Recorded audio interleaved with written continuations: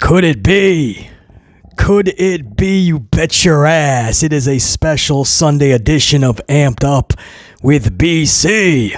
Now, full transparency, I've been wanting to do this special Sunday upload for you guys for a while, but some travel plans came up, so I'm not able to do this actually on Sunday. So we are recording this Saturday evening. I just mentioned that just in case some big story comes up late Saturday night or early Sunday, and you guys are wondering why BC is not speaking on it. Well, that is why. Because I don't know about it. Because it hasn't happened. This is past BC. Saturday evening, but you guys will get this hopefully early on Sunday, or at least early afternoon anyway. But I wanted you guys to have some bonus weekend content because that's what I want you guys to have, man. Much appreciation to all of my subscribers. That's all it is, a thank you. Especially my channel members, dude. So honestly, big salute. Subscribers, and especially if you chuck a coffee at the channel when it's never needed, but it's always appreciated. I appreciate you guys right back, man. Subscribers, channel members, this one is for you, a special Sunday upload. There ain't no way traveling was going to knock this upload off the schedule. As Stone Cold was, ain't happening. No, the opposite of LA Nights, yeah. Hell no. Old Stone Cold, man. On this special edition, we're going to talk some really big stories, guys. We're going to talk last-minute changes to Smackdown. A lot of things happened on the Blue brand this past Friday night, and it explains a lot. Explains why the show, outside of Tiffany Stratton's cash-in, which was awesome, by the way. But aside from that, on a 3-hour show, the show was pretty bad. Again, if you take the Tiffany situation out, that show was not a good 3 hours. I mean, we went over the review segment by segment, match by match. Wow, that was rough. And I told you guys in the review just yesterday, I said we can't do that every Friday night. There's no way. That'll become exhausting before it even gets any momentum. Will it get momentum at 3 hours? I don't even know. This is the first 3-hour Smackdown, guys, and you're not going to believe the stories coming out. Hunter Helmsley was more lost this past Friday night than any reports we've heard before. We'll talk about it. These are multiple reports talking about how Hunter Helmsley was completely lost Friday night, and that show showed us that. And it gives us a big, big insight, right? This makes so much more sense now if you listen to my review yesterday. And how odd that main event was. How strange that main event was with all of the stalling that the referee had the wrestlers doing and all the dancing and the extra commercials. 40 minutes left in the show when Solo came to the ring. The match would only be 19 minutes at the start of the bell, and only about 16 was shown to the TV crowd. And all of the stalling and the wrestlers just look so silly. Sami Zayn constantly asking the referee, are we good? Can we start? Referee is on his black box. Literally, you can see the ref, Charles Robinson, going, no, H is telling me keep dancing. I mean, it was rough, guys, and it's not just timing issues. We're going to be talking about the reports about the rewrites right up to the show starting and going live on the USA Network, and they were still trying to go over the script. Sound familiar? This is what we used to rip Vincent Kennedy apart for. I hope that same energy is being used with these reports with Hunter Helmsley's chaotic Smackdown. We're going to talk about it. I got some details for you guys. We're also going to talk the absolutely ludicrous matchup that is being discussed within the walls of World Wrestling Entertainment for Gunther's match for WrestleMania 41. If this actually happens, this is one of the biggest botches that I can think of for WrestleMania. I will put this up there with Brock Lesnar and Omos. I'll do it. You know I ain't BSing you guys, man. I will put it right up there with Brock and Omos for stupidity. There's a Gunther match that is sitting in their lap. There's 100 ways you can go with Gunther. If they go with this matchup, it is absurd to the highest of levels. We'll talk about it. I'll tell you who is being talked about to face Gunther and why it makes absolutely zero sense. We're also going to talk The theme song for Dynamite. I thought you guys were kidding. I actually did a Dynamite review this week. I missed the first 4 minutes of the show. I didn't think I missed much. We went right into the, Cassidy and Hangman Adam Page? Who was it? Page and somebody. I don't know. I reviewed the show. Tells you how it was. I mean, I already forgot most of it, but I figured, you know what? I'm not even going to mention that I missed the first 4 minutes, but you guys were telling me that they used this certain song to start the show. I thought it was a one-off just as a gag, or maybe you guys were just having fun with it and it was actually just like a video package. But because it started the show, we called it the opening theme. I thought you guys were just having some fun and AEW was just having some fun. Come to find out, this song is the new theme song for Dynamite. And I don't know how many people are too excited about it. That's all I'm going to say in the cold open teaser. We'll talk about it. I am absolutely befuddled by this decision, man. What started out as a joke, I feel, from the Young Bucks and Tony Khan, most likely, they're going to stay with it. How is that your theme song to your flagship? We'll talk about it. And the venue has been chosen for next year's Royal Rumble. You're not going to believe this. I'm not seeing the vision. But evidently Endeavor, they're seeing the vision, and it's a whole lot of green. And that's what their sights are set on. That's it. That's your cold open teaser. A little longer than I wanted it to be, but it is what it is. No opening signature. Cold open teaser went a little bit longer than I wanted, and there's a lot of good stories to get into. Not a lot of time to go over them, so I'm going to skip the opening signature. I am going to get a big swig of my Starbucks double shot hazelnut latte, and then we're going to get right into the first story, if you don't mind. Let's do this. It's 44 Dive. We rolling. Let's get amplified.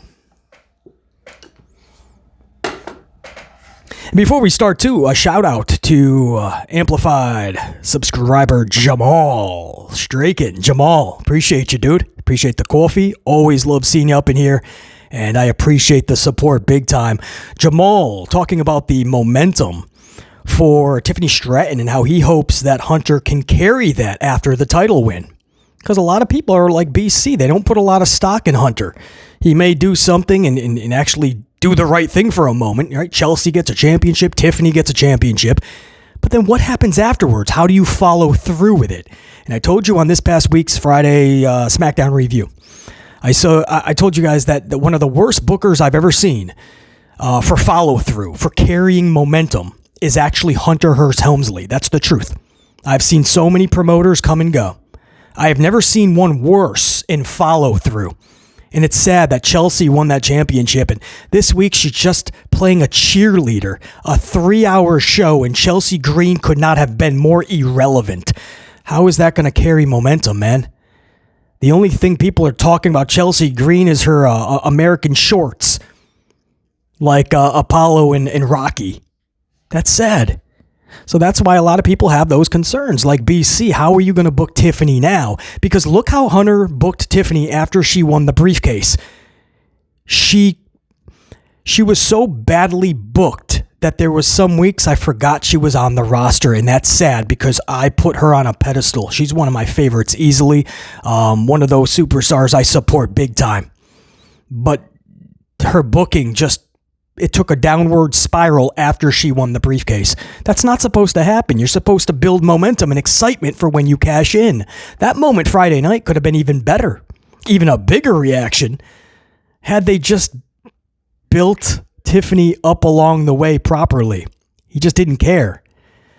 So yeah, Jamal, I'm with you. I hope the same thing. I hope there's carry through, follow through, and momentum that is attached to this title win for Tiffany. But I'm hoping the same thing for Chelsea. And in both instances, like with everything else, I would not hold your breath on it. I would not bank on it. Close the bank account. Close your kitchen, because Hunter won't be cooking.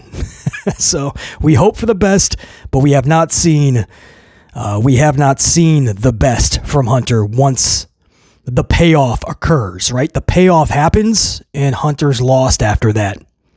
So, Jamal, I'm in the same boat. I really hope there's follow-through and momentum for Tiffany. There has to be. But we just can't put stock in what Hunter's going to do. So, we wait and see, right? We let it play out, as most fans ask. Just let it play out, BC. All right?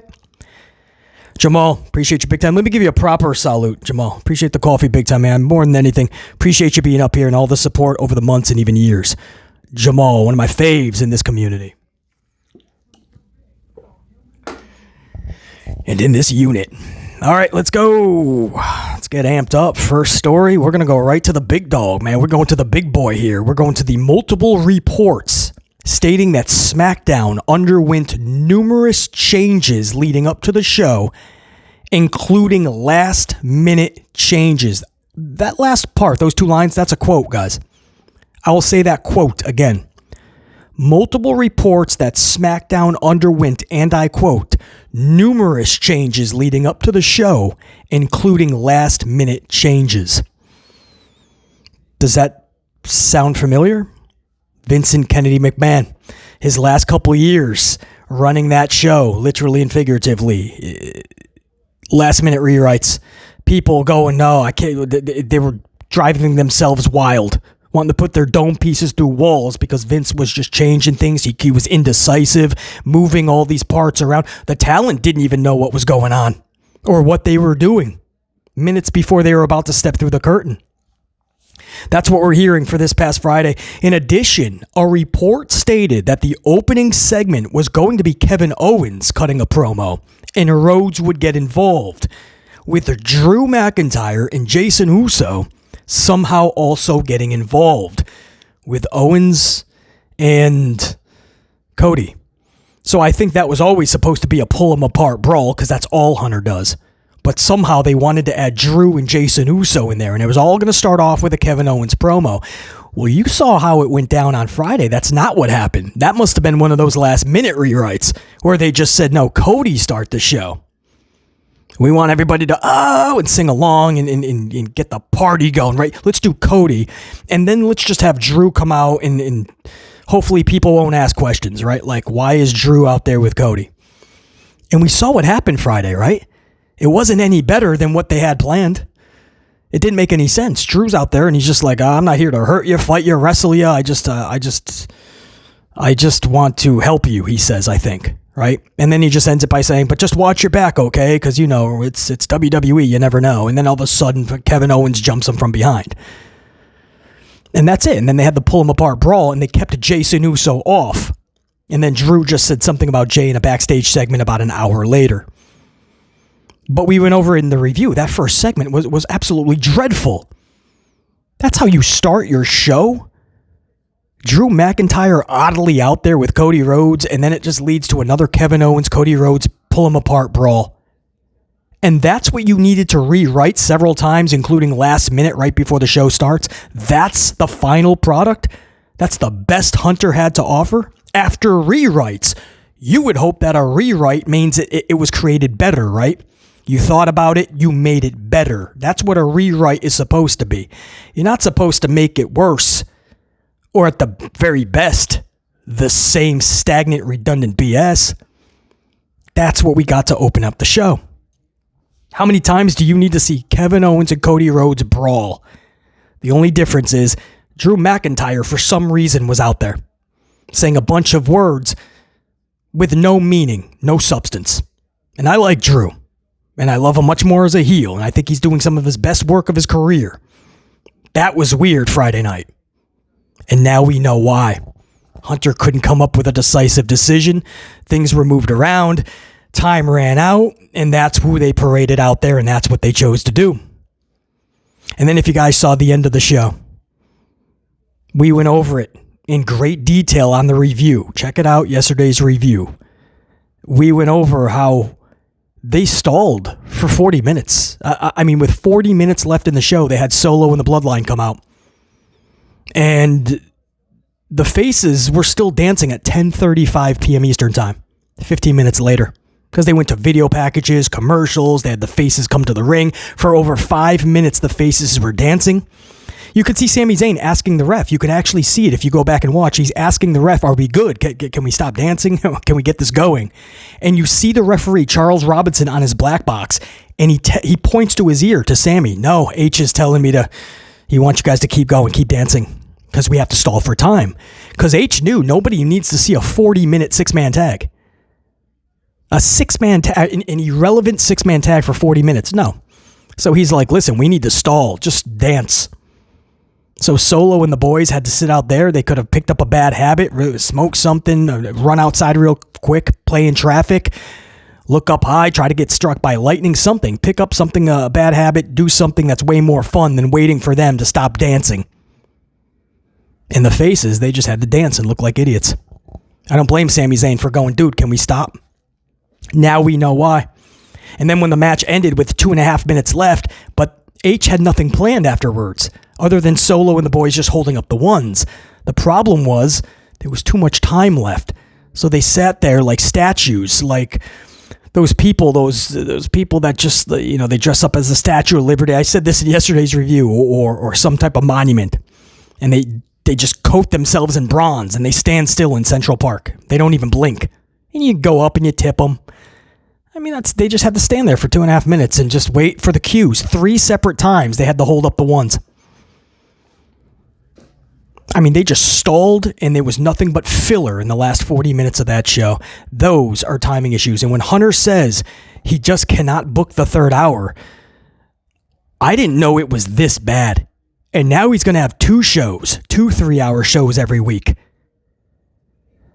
Now are you starting to see what I've been telling you? This ain't about cooking anymore. It's about saving the kitchen. Dude's burning down the entire kitchen. It is so fortunate that it's WrestleMania season, because this is where you're going to have The Rock back, Cena back, any storylines that you were working on that you could put on another level. Now is the time to display them. And even if things are bad, the excitement at least is going to come around, right? Casual fans will start to come around and go, "Ooh, it's Mania season. I got to check it out." So Hunter is very, very fortunate, because if this wasn't Mania season and this BS was on our TVs, it'd be bad. You already see the consecutive sellouts finished. They're not talking about them anymore. In fact, Friday night, they were trying to tell you guys to take out your wallets and buy tickets to Netflix's premiere in LA because we did not sell out the arena.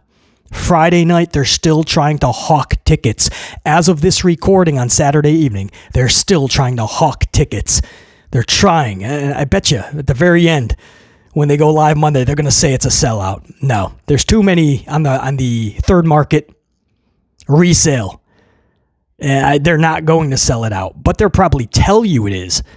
But the fact that here it is on Saturday evening and they still have not sold out, that tells you everything you need to know. The fact that Smackdown is already trenched in a 1.4 rating and Raw ended its run on USA under a 1.5 or with a 1.5. Merchandise down 46% within the last 6 years. All the metrics are down. Hunter Helmsley's not cooking. And these rewrites are not going to help. He needs to get the proper creative help.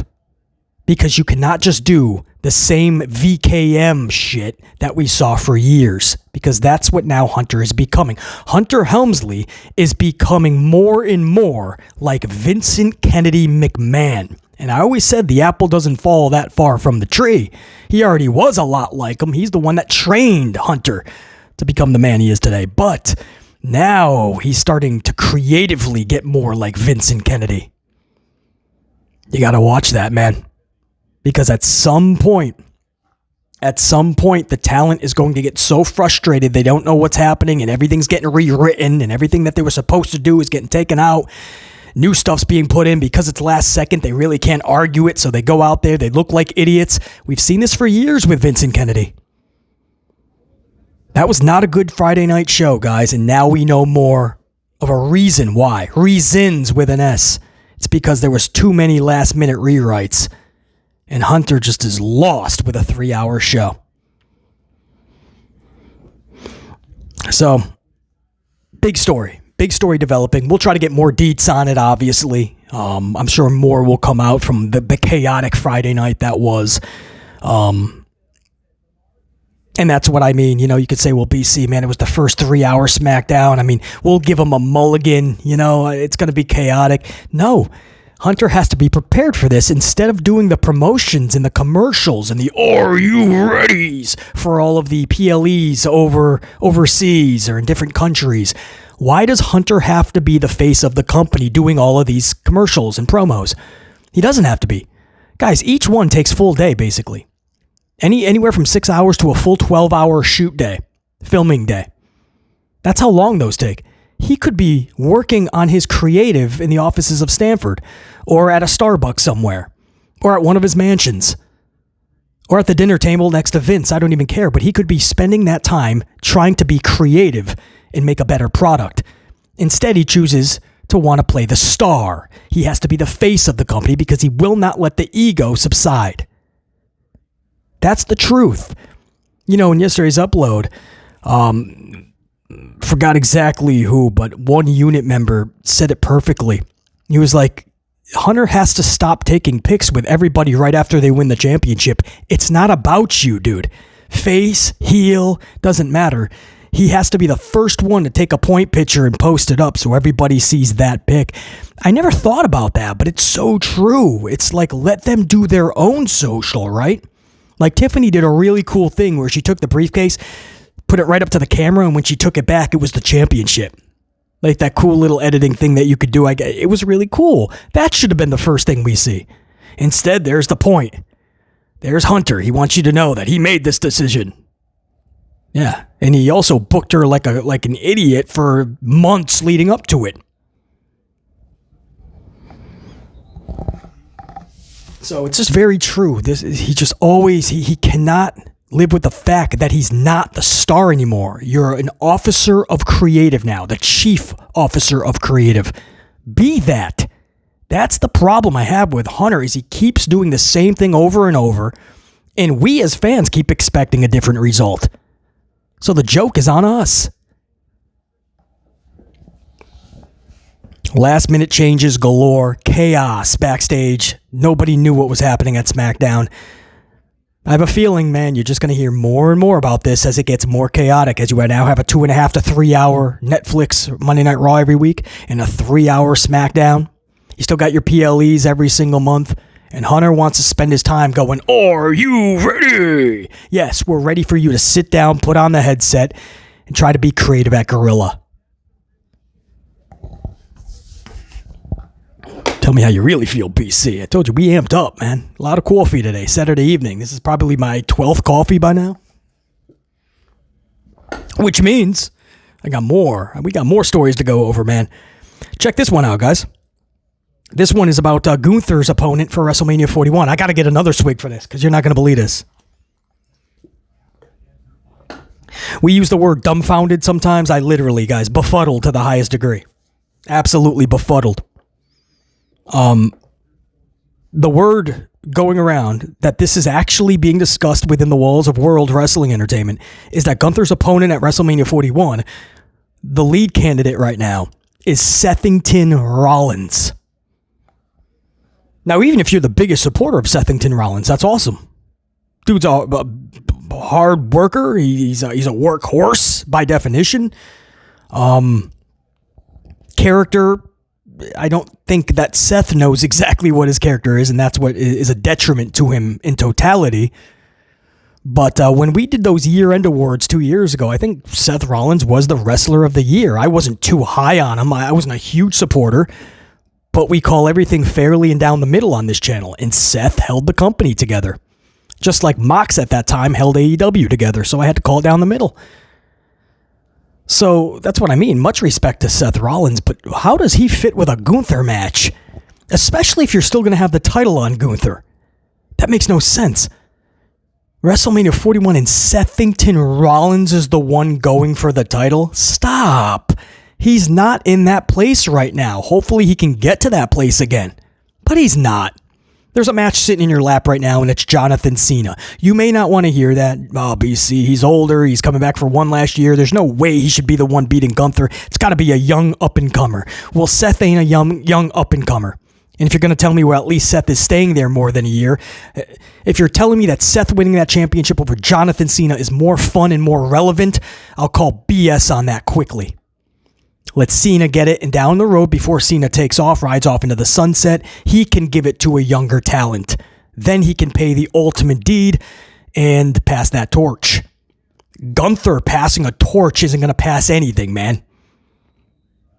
You better be served passing a literal hot potato, and it would be more relevant than passing a championship to somebody, because Gunther as well does not have that steam in the company. I wish he did, but Hunter ruined that as well.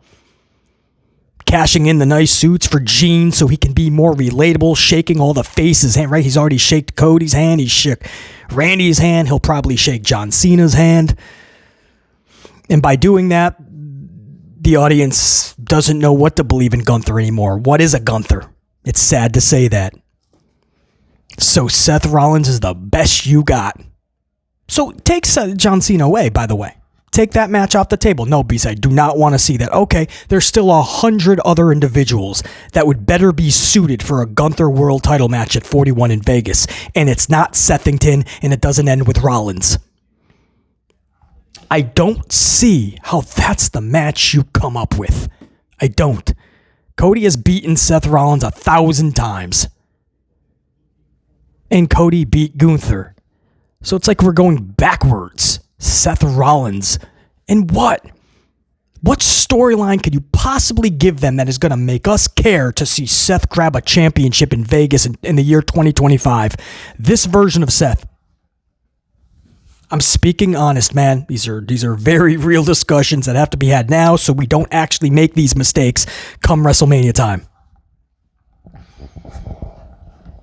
So let's hope there's still time here. Let's hope that we pump the brakes. Listen, if we're going to do something that stupid, I'd rather see CM Punk Gunther and give the title to CM Punk. That's more of a moment.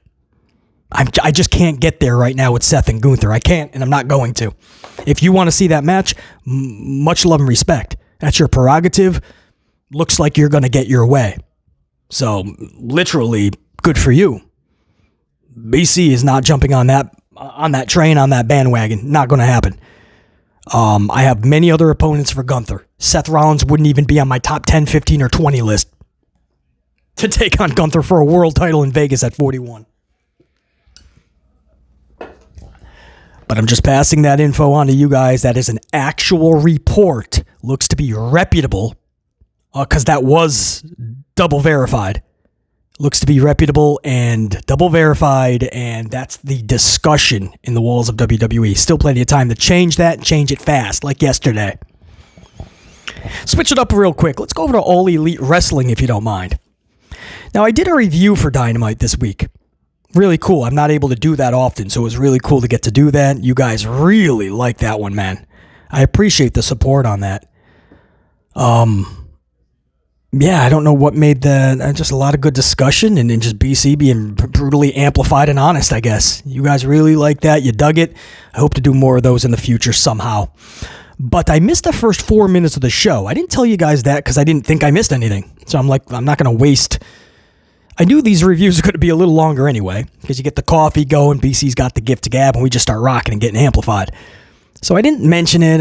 I said I probably didn't miss anything. Maybe a quick backstage segment but they would have said something over the 2 hours. I didn't hear anything. What ended up happening, though, is they debuted a new theme song, I guess. I still haven't seen it. I haven't heard it, or their version of it. But they debuted a theme song, I'm So Excited. I thought you guys were kidding around, or it was just a video package, or Young Bucks. A lot of times the Bucks poke a lot of fun. They're executives in the company.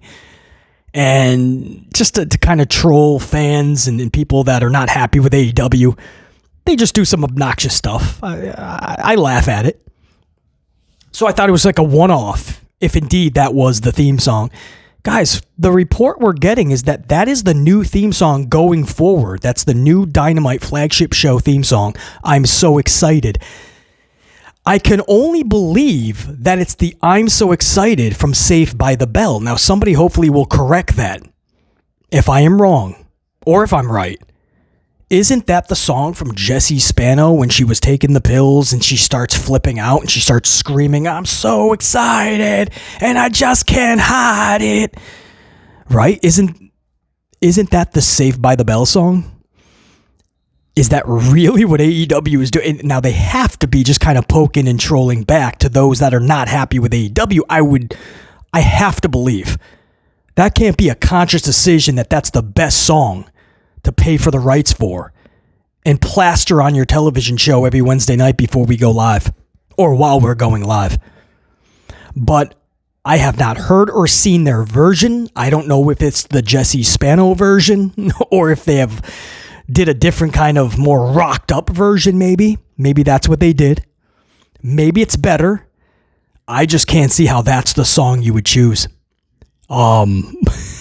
You guys tell me, man. I thought a lot of you guys were just kind of joking around and having fun with a little thing, making it a bigger thing. No, that's the theme song. So it's going to be really interesting to see if this is the Jesse Spano Saved by the Bell version that I'm thinking of. I'm hoping it's a completely different song. But that is the new, whatever debuted on Wednesday Dynamite, that's the new song going forward. It's going to be interesting, man. I don't know if I want to hear it now. Oh, that's great.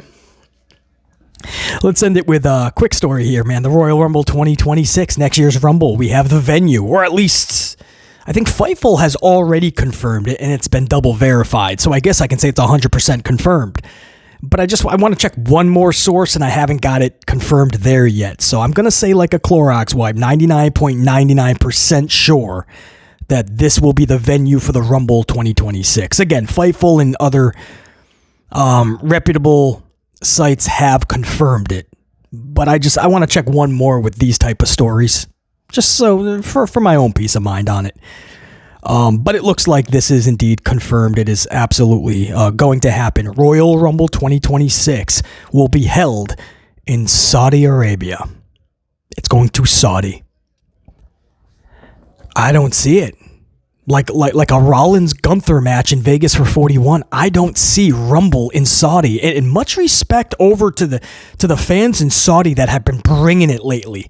If you guys have noticed, the last several events, they seem to be getting more lively. The crowd is getting more into it. It's a much more better experience. I mean, you go back to the first few Crown Jewels and the first few events in Saudi, and you look at the last couple, it's a night and day difference. So that's awesome, and I think they'll bring that energy for the Rumble. But the Rumble has to have an energy even on top of that. I mean, even when it's here in the U.S., I have to go, where is it exactly? Because they need to bring it even extra. And normally they do, thankfully. Can Saudi bring it like that? That's my question, man. This is the Rumble, guys. 60 people are going to come down that ring. I'm talking both Rumble matches, 30 apiece. So 60 theme songs, and you got to bring it every time.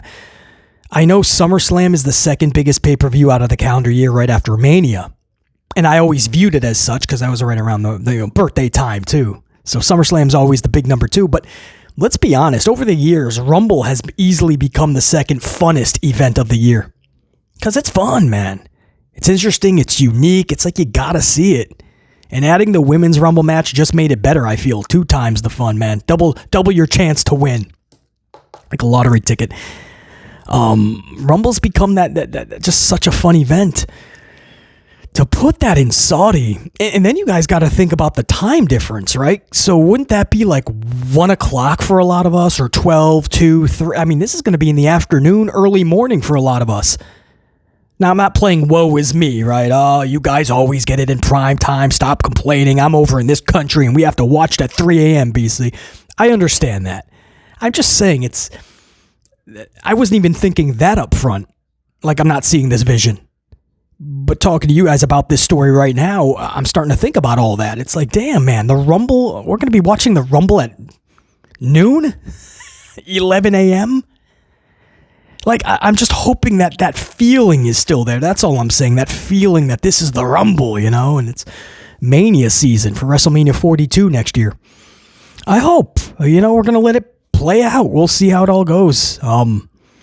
That's a huge report. Good for Saudi, man. For the Saudi fans, they're going to see a show, So cool for them. I just don't know how all the logistics are going to play out. I hope we have that same feeling that it's WrestleMania season, and it always kicks off with the Rumble. This can't be an event where, like, you got families out grocery shopping and halfway down aisle number 9, they're trying to pick out their favorite cereals, and they're going, oh, wait, the pay-per-view is on now. They're fucking flying home. They left the groceries in aisle 9. Cart's half full. The wifey is still there. What? Where are you guys going? They're already in the car, man. We're going back home. Man, that's a big call, but it goes to show you, Endeavor. It doesn't matter about if it's convenient for anybody or if you have that feeling, that, those vibes. It doesn't matter, because now it's all about the almighty dollar, all about that cash. And they're going to make it one way or the other. And Saudi said, we'll give you even more money, but you're bringing some big events to our country. And WWE said, deal. They didn't think twice. Because I told you guys a few months ago, this was part of a deal. It's going to be more than the Rumble. They want a WrestleMania even, guys. This is true. There was a new deal that they met and they agreed upon. And part of that deal is to bring several huge events, meaning PLEs, to Saudi. Well, that goes to show you how true that report was that we discussed. The Rumble is just the first domino to fall. I think they're going for Mania. And we'll have a much better feel once Rumble is there of how Mania will go down. That's it, guys. That's what I got for you. A lot of big stories, like I said. So we'll see about the Gunther Rollins match. Hopefully that gets thrown to the wayside, thrown in the garbage, and never even walk by that garbage bin again. As far as Rumble in Saudi, that looks like it is happening. So now we just hope for the best in every area. Hopefully we still have that feeling. Hopefully they do this correctly. And then with the chaos Friday night and the rewrites and Hunter being absolutely just lost, I hope he just gets the right people around him, because we can't do this, man. We can't. Thankfully, it's Mania season right now, and you got Rock and Cena and everybody coming up in big matchups. So Hunter can kind of hide behind all of that facade, right? And go, hey, what? Isn't this exciting? Yeah, because it's Mania season. Even Vince at his worst, Mania season was still fun. But what happens after Mania season, man? Whoa, if this is what we're getting. So big stories, man. Big stories for sure, and I'm glad that we could talk about it on this special Sunday edition of Amped Up. But that's it. You guys go about your weekends, finish them off strong and amplified. BC's got a lot of travel to do, which means even more coffee, if that's imaginably possible. But more coffee. 44 dive, that's a wrap. BC saying check you. Salute, unit.